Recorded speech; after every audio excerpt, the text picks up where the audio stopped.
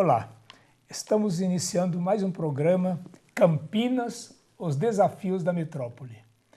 Hoje, em foco, em debate, a campanha da Fraternidade de 2011, que tem como tema Fraternidade e a vida no planeta e como lema a criação geme em dores de parto. Para conversarmos e debatermos este assunto hoje, temos aqui uma mesa bastante competente e que passo a apresentar.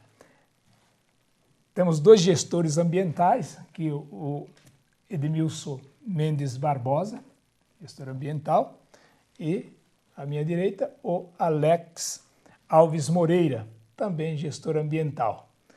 E aqui à minha esquerda, meu amigo Walter Luiz Lara, que é teólogo e mestre em Ciências da Religião pela PUC São Paulo. Bem, o tema é rico. A vida no planeta. Fala de fraternidade, né, e a vida no planeta. A campanha da fraternidade já existe há aproximadamente 45 anos, desde 1964. Sempre a campanha da fraternidade se preocupa com a vida, com as condições existenciais do povo. Este ano está preocupada, além da pessoa humana, também com a criação, também com a natureza. A questão ecológica está colocada, está posta. A campanha da Fraternidade 2011 tem como objetivo contribuir para a conscientização das comunidades cristãs e pessoas de boa vontade sobre a gravidade do aquecimento global e das mudanças climáticas e motivá-las a participar dos debates e ações que visam enfrentar o problema e preservar as condições de vida no planeta. Como todos os anos acontece, a campanha da Fraternidade tem um texto base e trabalha sempre a metodologia, o método teológico, ver, julgar e agir. Para falar um pouquinho sobre este método, antes de começarmos a falar do tema propriamente dito, da vida no planeta, vou pedir ao nosso teólogo Walter que explique rapidamente, em poucas palavras, este método teológico, do ver, julgar e agir. Olá, queridos telespectadores, é um prazer estar aqui com vocês todos, meus amigos, Edmilson, Alex, João Vicente. O método ver, julgar e agir é um método tradicional, já bastante usado nas igrejas e é bem popular. Por quê? Ele começa sugerindo que qualquer que seja o tema, no caso agora o tema da campanha da fraternidade, que é a vida no planeta, a defesa da vida no planeta, comece por um jeito simples, fácil, abrindo os olhos. E abrindo os olhos para a nossa realidade. O que é que está acontecendo com o planeta, não só longe de nós, mas perto de nós? E é claro, tendo sempre a preocupação com o longo alcance. Mas a gente só se compromete com as coisas quando a gente vê o que está acontecendo próximo de nós, na nossa rua, na nossa casa, no nosso bairro, na nossa cidade. E aí vai ampliando no nosso país, na nossa região, no nosso planeta. Então esse é o ver, levantar os problemas que nos afligem nessa área. Walter, mas o ver também nós vemos o tempo todo, não? Pela mídia, não é? Nós tomamos conhecimento, não é verdade? Da situação que está acontecendo aí pelo mundo, no Brasil, as tragédias ambientais que acontecem, não é assim? Neste caso? Mas a campanha da fraternidade e o método Ver, Julgar e Agir na igreja é muito mais do que um olhar superficial. É um olhar mais profundo, mais crítico, compartilhado. Não adianta ver lá sozinho no seu ambiente conversando com a mídia. Isso é importante, isso faz parte. Mas é preciso trazer essa conversa, esse olhar para a comunidade, para o seu grupo, para a sua vizinhança, para a sua pastoral, compartilhar, checar, confrontar ideias. Isso é muito importante, porque às vezes a mídia foca só ou o problema ou a catástrofe, mas um ver com um olhar cheio de esperança. Afinal, a quaresma não é um momento só de introspecção e de revolta consigo, é um momento de misericórdia e pedido de perdão, um momento de esperança, chegar bem para comemorar a ressurreição do Senhor. E o julgar? Muito bem, o julgar. O julgar, na verdade, talvez nem a palavra esteja muito bem apropriada, mas é um olhar para o horizonte a partir do qual a gente pode criticar o que a gente vê. Esse horizonte é a nossa tradição de fé, é a tradição dos nossos grandes homens, mulheres, personagens que viveram e enfrentaram problemas semelhantes, os nossos santos. É a nossa Sagrada Escritura, né? É o que os nossos papas, enfim, o nosso magistério tem orientado. Quer dizer, dá uma olhada em quais são as fontes, os critérios com os quais a gente pode ver essa realidade, criticá-la e apontar a solução. E mas também os critérios éticos, né? Ética humana. Éticos, humanos, teológicos, societários, ecológicos nesse caso agora, né?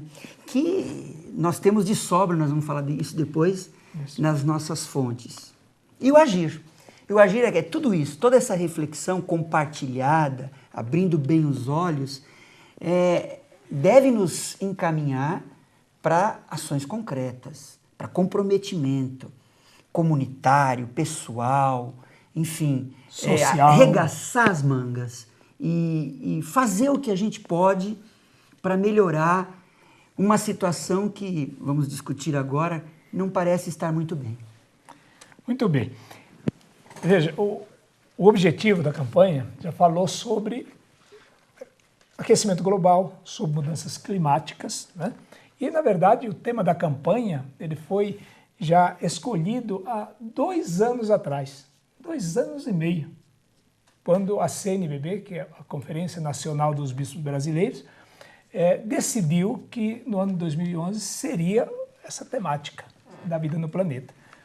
E o texto base fala de aquecimento global, fala de efeito estufa, né? Fala de gases de efeito estufa. Então eu quero já colocar, para começarmos a entrar no tema, para os nossos gestores ambientais aqui, o Alex e o Edmilson,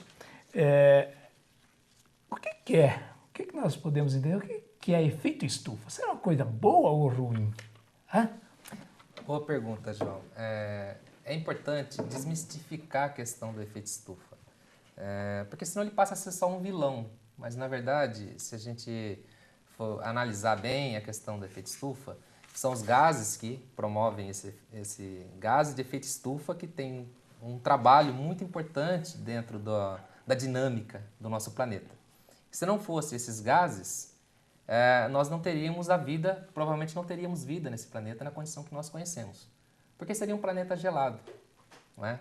Esses gases de efeito estufa ele formam uma camada, uma certa altitude, que quando os raios solares penetram a atmosfera e tocam o solo, ele reflete e esses raios refletidos, voltando para o espaço, uma parte acaba ficando, um percentual acaba ficando no planeta, que faz com que a temperatura que nós temos nesse ambiente, a temperatura mediana, né, possa permitir a vida como nós conhecemos, né? Lógico, nos polos mais gelado, mais para o centro mais quente, e é isso que faz com que nós temos essa biodiversidade, essa dinâmica da vida no planeta.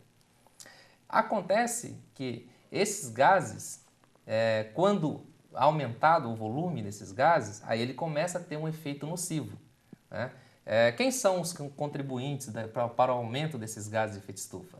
Um dos maiores responsáveis é a emissão dos CO2, chamado CO2, dióxido de carbono. Acontece que quem são esses contribuintes? São as fontes móveis, né, que são os veículos. Aí nós temos a indústria, né, dentro dos processos industriais, a geração de energia, que no caso não do Brasil, mas dos grandes contribuintes, que são por exemplo, os Estados Unidos, a Rússia, a China, que é através da queima desse combustível, através da produção das energias, que no caso deles lá, a maior parte é pela queima de combustível, né? Que são as termoelétricas. Esses são os grandes contribuidores, né, com a emissão de gases de efeito estufa, o CO2. E fora isso, nós temos também, no caso da agricultura, no caso do Brasil, nós temos quando fazemos o desmatamento para ampliar as nossas pastagens e plantios, nós temos as queimas das nossas florestas, que assim vai emitindo esses gases também de efeito estufa. E tudo isso jogado na atmosfera, né, vai encorpando essa camada de gases de efeito estufa e faz com que o adensamento dessa massa, então, faz com que retenha mais calor no planeta. Então, aí... É interessante, nas minhas conversas, né, por aí, Alex, eu tenho percebido que as pessoas acham que o efeito estufa é uma coisa ruim. Olá a todos. É bom ou ruim, afinal? Vamos forçar um pouco mais, né? É bom. O efeito estufa em si é bom. Mas realmente, a grande maioria do povo acha que o efeito estufa é nocivo e gostaria que o mesmo não existisse. Como muito bem colocado, sem ele a vida como nós conhecemos realmente seria impossível. Porém, o que nós fazemos, de fato, é ampliar esse efeito, transformando praticamente como que a radiação num efeito ricochete. Ela quer sair e não consegue. Então, ela bate e volta e amplia esse efeito. Para alguns lugares do mundo, por um certo período, o clima até ficará mais agradável. Em outros, ficará insuportável, de acordo com as mudanças. Nós não sabemos bem como isso vai acontecer. E para o povo, isso é mais difícil ainda, para o leigo na matéria, conseguir entender essas dificuldades. E fica realmente difícil para nós passarmos essa questão do aquecimento global quanto ao efeito estufa, para que eles possam entender de uma maneira mais simples.